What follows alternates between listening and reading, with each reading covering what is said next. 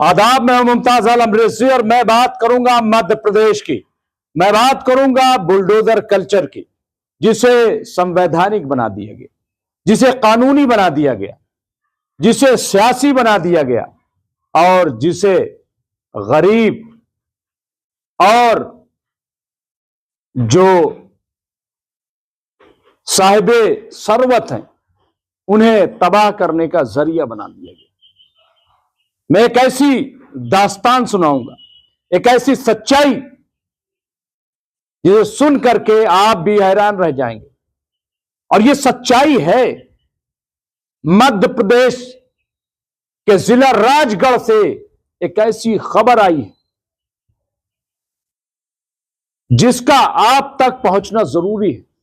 और मैं उम्मीद करता हूं, मैंने आज तक नहीं कहा, लेकिन मैं उम्मीद करता हूं कि इस खबर को आप शेयर भी करेंगे और लोगों तक पहुंचाने का काम करेंगे। हुकूमत तक भी यह खबर जानी चाहिए। हालांकि हुकूमत को पता है, लेकिन अगर आप भेजेंगे तो शायद हुकूमत को अंदाजा हो कि वो जो बुलडोजर कल्चर लेकर के आई है उसके नुकसानात क्या है। मैं बता रहा हूं शफीक अंसारी की कहानी। शफीक अंसारी, जिन पर 2021 में एक गैर मुस्लिम खातून के जरिए, औरत के जरिए बलात्कार का इल्जाम लगाया गया, रेप का इल्जाम लगाया गया शफीक अंसारी पर, और उनके खिलाफ एफआईआर दर्ज की गई। जब एफआईआर दर्ज हुई तो जाहिर है कि चूंकि मामला संवैधानिक प्रशासन से जुड़ा है, पुलिस एक्टिव हो गई, सरगर्म हो गई। और यह इसलिए भी ताबड़तोड़ हो गया क्योंकि नाम शफीक अंसारी था।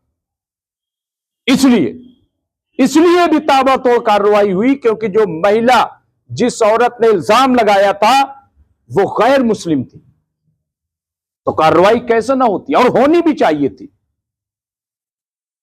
लेकिन जो मैं आपको बताना चाहता हूं कि हुआ क्या और सच्चाई क्या है, और हमारा जो प्रशासन है, जो इंतजामिया, वो करती क्या है। जब तासुब का चश्मा आंखों पर लगा होता है तो कुछ भी नजर नहीं आता। प्रशासन की जिम्मेदारी सच्चाई तक पहुंचना है, लेकिन कहां। गरेबान तो किसी मुस्लिम का है ना, तो फिर सच्चाई तक पहुंचने की जरूरत क्या है। इल्जाम लगाया गया, एफआईआर दर्ज हुई। न सिर्फ शफीक अंसारी बल्कि उनके बेटे और उनके भाई पर भी मुकदमा दर्ज किया गया, और उसके बाद उनकी गिरफ्तारी अमल में आई, उन्हें जेल भेजा गया। लेकिन कहानी यही खत्म नहीं हुई। चूंकि मामला रेप का था, बलात्कार का था, और मामला एक मुस्लिम से जुड़ा हुआ था। मैं ये नहीं कह रहा हूं कि जो गैर मुस्लिम रेपिस्ट है उनके खिलाफ कार्रवाई नहीं होती, लेकिन जांच का क्या होगा फिर। कैसी जांच, कैसा प्रशासन। अब देखिए ये कार्रवाई आगे बढ़ती है और उसके बाद शफीक अंसारी के घर को भी गिरा दिया जाता है, उस पर बुलडोजर चला दिया जाता है। 2 करोड़ का घर रातों रात बुलडोज कर दिया गया और कहा गया कि दरअसल घर गैर कानूनी बना हुआ। गैर कानूनी कह करके घर गिरा दिया गया। घर के जो मर्द थे वो सब जेल भेज दिए गए, और जो घर में औरतें थी उनको बेघर कर दिया गया। और यह सब कैसे हो रहा था? यह सब हो रहा था संवैधानिक प्रशासनिक कार्रवाई के थ्रू। हां, मुल्क आजाद है, यहां जमहूरियत है, डेमोक्रेसी है, और डेमोक्रेसी के नतीजे में यह हुआ। बड़ी मुश्किल से बेटे और भाई को तो जमानत मिली, लेकिन शफीक अंसारी कैद। और फिर 14 फरवरी 2025 को कोर्ट का फैसला आता है। अदालत उस पर फैसला सुनाती है, और उस फैसले में शफीक अंसारी बाइज्जत बरी हो जाते हैं। जो इल्जाम औरत ने लगाया था वो सब झूठा साबित हुआ। और बात यह निकल के आई कि दरअसल उसने किसी खुन्नस के मामले में, किसी जाती पर्सनली गुस्से की वजह से यह रेप का इल्जाम लगा दिया गया।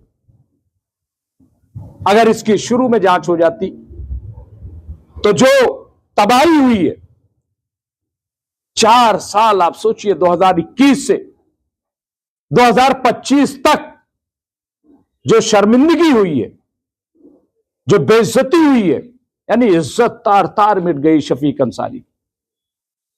वो कहीं के नहीं रहे, उनका घर तोड़ दिया गया, उनका घर बेघर हो गया और मुकदमेबाजी में लाखों लाख रुपए खर्च हो गए। अब वो बाइज्जत बरी हो गए। सवाल यह है कि जो हुकूमत में बैठे लोग हैं, क्या तासुब का चश्मा इस कदर पहनेंगे तो ये भी नहीं देखेंगे कि सही क्या है, गलत क्या है, कौन मुजरिम है और कौन बेगुनाह है। आखिर ये इंसाफ ना इंसाफी क्यों? और ये तो एक कहानी, ये तो रेप की कहानी, लेकिन कई ऐसे मामले जिसमें देखा गया है, पाया गया है कि बिला वजह लोगों के घरों पे बुलडोजर चला दिए गए, उनको तबाह बर्बाद कर दिया गया, कहीं पत्थरबाजी के नाम पे, तो कहीं दंगा भड़काने के नाम पे, तो कहीं गौकशी के नाम पे, और न जाने किस किस नाम पे। ये जुल्म है, ज्यादती है, और अगर इसे नहीं रोका गया तो जाहिर है कि इसका नुकसान सूबे को होगा, सूबे को चलाने वाली सरकार को होगा। याद रखिए, क्योंकि इंसाफ हमेशा सर चढ़कर बोलता है और दुनिया की नजर उस पर रहती है। बहुत बहुत शुक्रिया।